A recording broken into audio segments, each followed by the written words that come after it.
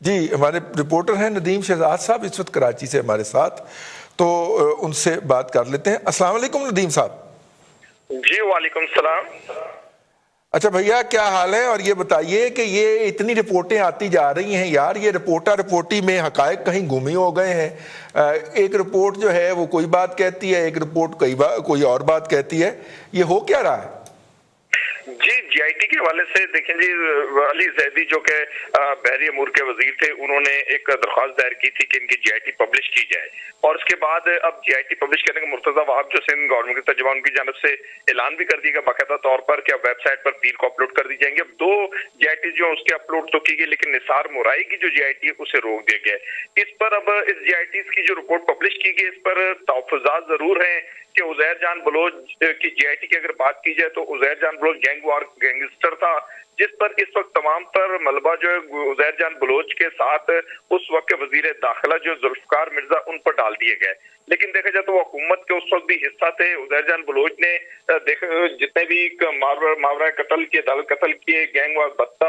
اور اس کے علاوہ جتنے ملک دشمن سرگرمیوں میں بھی ملوث رہا ہے، اس کے ساتھ ان کے تانے بانے غیر ملکی ایجنسیوں کے ساتھ بھی ملے۔ علاقے کے اندر ایک لا قانونیت کی کیفیت تھی، ایک لا قانون کا ماحول چل رہا تھا، جو ان جی آئی ٹی میں ان پر الزامات بھی لگے کہ انہوں نے ایس ایچ اوز اپنے تعینات کروائے تھے، اپنا ایک ان کا قانون تھا، اپنا نظام تھا۔ لیکن اس وقت بھی دیکھا جائے تو ادارے کہاں تھے، اور اس وقت کی حکومت جو تھی کیونکہ پاکستان پیپلز پارٹی کی تھی، اور اس وقت کے وزیر داخلہ جو تھے آصف علی زرداری کے انتہائی قریبی دوست تھے، تو اس جی آئی ٹی میں یہ توقعات کی جا رہی تھیں کہ شاید آصف علی زرداری یا فریال تالپور کا نام آئے، لیکن ان کے نام چونکہ اس میں ابھی تک نہیں آئے۔ لیکن یہ تانے بانے یعنی شہزاد آپ کہہ رہے ہیں کہ جو 2 رپورٹیں سامنے آئی ہیں ان میں تو آصف علی زرداری اور ان کی ہمشیرہ کا نام نہیں آیا،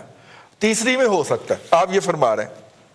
جی ڈائریکٹلی ان کے نام تو نہیں ہے، لیکن اگر ان کے تانے بانے دیکھے جو اس وقت کی جو حکومت تھی وہ پاکستان پیپلز پارٹی کی تھی، عزیر جان بلوچ کو اگر ذوالفقار مرزا کے ساتھ بھی ان کے تعلقات تھے، ان کے احکامات تھے، تو حکومت کے ڈائریکٹلی احکامات تھے، تو وہ تو ضرور جو یہی توقع کی جا رہی تھی کہ ان بڑے ناموں کو جو چھپا دیے گئے یا جن پر پردے ڈال دیے گئے، ان پردہ نشینوں کے نام سامنے آنے چاہیے تھے۔ بالکل ٹھیک ہے۔ اچھا ان رپورٹوں کے کنٹینٹ کے بارے میں کچھ فرمائیے گا کہ جس کے اندر یہ کہا گیا کہ جان بوجھ کے ایف آئی آر خراب کی گئی، اور جان بوجھ کے جو تھا وہ کیس ایسا ڈیولپ کیا گیا جس سے وہ بھولا اور وہ جتنے بھی چریا شریا تھے وہ سارے جو تھے وہ چھوٹ گئے، اور حماد صدیقی صاحب بھی جو تھے وہ بھی ملک سے باہر تشریف لے گئے۔ ایک دفعہ کہا گیا کہ ان کو واپس لایا جائے گا، پھر کسی نے اس کا نام نہیں لیا، اور فائنلی جو ہے وہ مل مالک کے نام کے اوپر مدعا ڈال کے وہ مدعا غائب کر دیا گیا۔ یہ بھی اس کے اندر ہے، تو اس میں کوئی سفارش بھی کی گئی ہے کہ کسی کے خلاف کارروائی کی جائے یا ایف آئی آر کو ریوائیو کیا جائے؟ کوئی اس طرح کی بات ہے جن کے اندر جو پہلے 2 سامنے آئی ہیں؟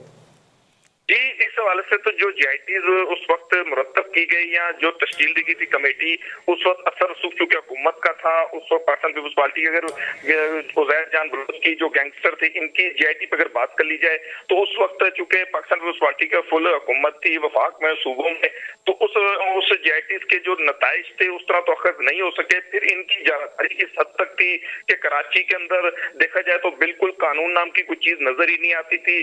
جو دیگر لا انفورسمنٹ ایجنسیز تھی ان کی جانب سے بھی باتیں سامنے آئی کہ وفاق آرڈر دے گا تو تب ان پر ایکشن ہوگا۔ دیکھا جائے تو عزیر جان بلوچ اور لیاری کا جو علاقہ ہے 1 کلومیٹر کے 2 کلومیٹر کے فاصلے پر گورنر ہاؤس، آئی جی آفس، دیگر حساس اداروں کے دفاتر موجود تھے، لیکن لیاری کے اندر بیریئر بند، پورے علاقے کو ہم نے اپنی آنکھوں سے دیکھا اس دور میں کہ یہ ایک الگ اسٹیٹ بنی ہوئی تھی۔ تو اس دور میں ان کی جی آئی ٹیز یا ان پر لکھنا کسی پولیس اہلکاروں کا یا افسران کا، چونکہ جی آئی ٹیز کے اندر کام تو ایف آئی آر بنیادی جو چیز وہ ایف آئی آر ہے، تو ایف آئی آر تو متعلقہ تھانوں نے کاٹی جو ان کے زیر اثر تھے۔ اسی طریقے سے اگر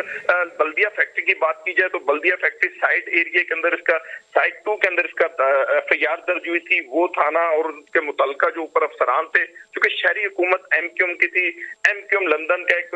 ایسا نام تھا کہ کوئی بھی افسر اس جی آئی ٹی یا اس ایف آئی آر کو صحیح حقائق اور اس زاویوں پر نہیں کاٹ سکا، نہیں اس کیس کو